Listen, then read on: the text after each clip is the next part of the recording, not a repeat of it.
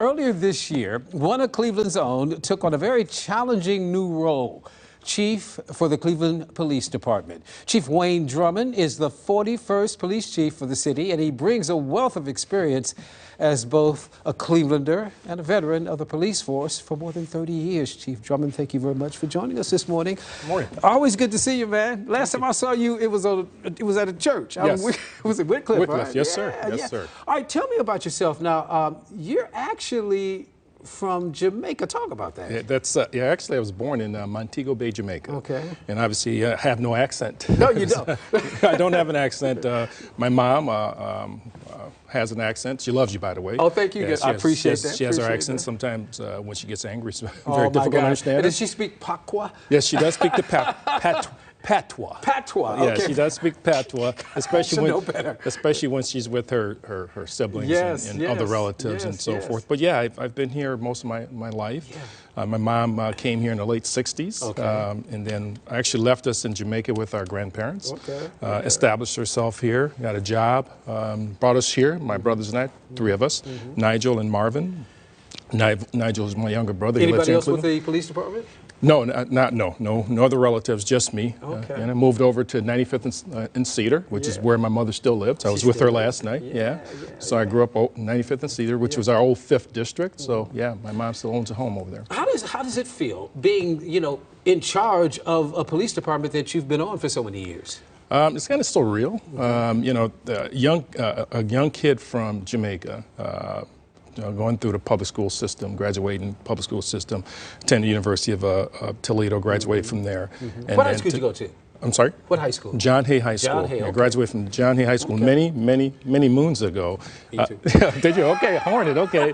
Many moons ago. I'm a Sean Carter. Okay, all right, many moons ago. Yeah. And to think that a kid from Jamaica, a kid that's a Cleveland Public School product, is now leading one of the largest divisions in police departments in the state. That's good stuff, man. That's really good stuff. Let me ask you this. When it comes to the police department right now, you've been in the helm for a while.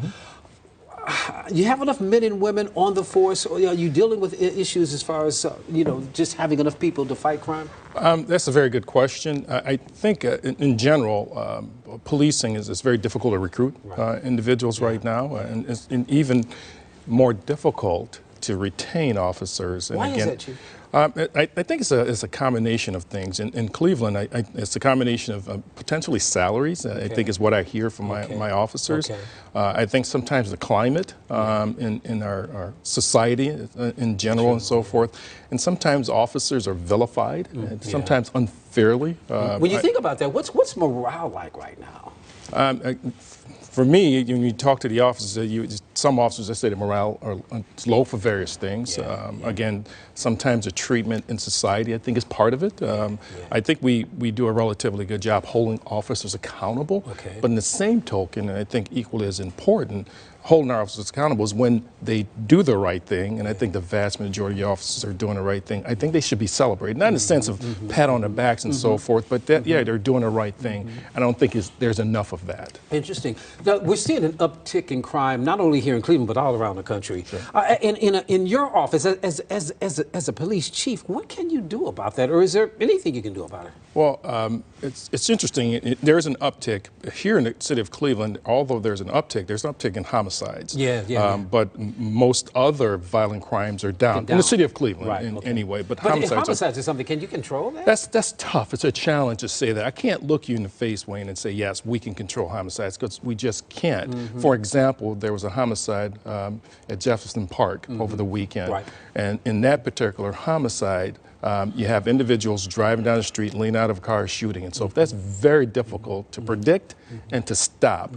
But we can do things collectively, working with our partners, with the FBI, ATF, DEA, and so forth, and target individuals that shouldn't have illegal guns and so forth. And that's something that I think we can potentially prevent if we can stop those people before they get out there and do some of the damage that they do. As a veteran law enforcement officer, how do you process when you see these stories of unarmed African Americans being shot by police officers? How do you process that? You have to, for me, I can take a step back and I have to look at the entire picture. I don't like to make rash judgments, especially if I'm not intimate with what's going on. I have more knowledge and so forth. So I like to look at things, step back, evaluate. Do you find yourself having to explain to your family and that kind of stuff? Yes. And I'm kind of in a unique position, Wayne. I'm a police officer. I understand police policies and techniques and training and so forth. So it gives me the ability to kind of step back, analyze and look at things before I make rash judgments, because that happens quite a bit. You have to step back, look at it, see the situations involved in it. But I think part of it too is, you know, we have to have the ability as law enforcement professionals to have less lethal options. Extremely important. That's interesting. Yeah, less lethal options. Let me get this question in, because I know I got to go. I could talk to you for a long time. You're a wonderful interview, by the way. Let's talk about the importance of police-community relations and how that would play out if, in fact, you get the job permanently, which I hope you do. Okay. Yeah. What do you think? Okay. Well, I think it's important. I think we do a relatively good job of arresting people, but we can't arrest our way out of it, Wayne. Okay. Community relationship is extremely important. You know, our guys out on the beat walking, and the mayor and I have talked about that, you know, increasing our capacity to get people out on the beat. Our guys riding bicycles, getting out there and just being out and engaging people. And we have to get ourselves out that mode of always enforcement. And it's important, don't get me wrong, Wayne. I don't want to look you in the face and say we're not going to arrest people, because some people need to be arrested and taken out of our community. But for the most part, I want our people engaging in the community, working with the community, collaborating with the community to find out what the issues are, and then, again, collaboratively working together to solve those issues. Chief Drummond, thank you very much for your time. Absolutely. My pleasure. Good luck. Thanks. Appreciate it. Thank you.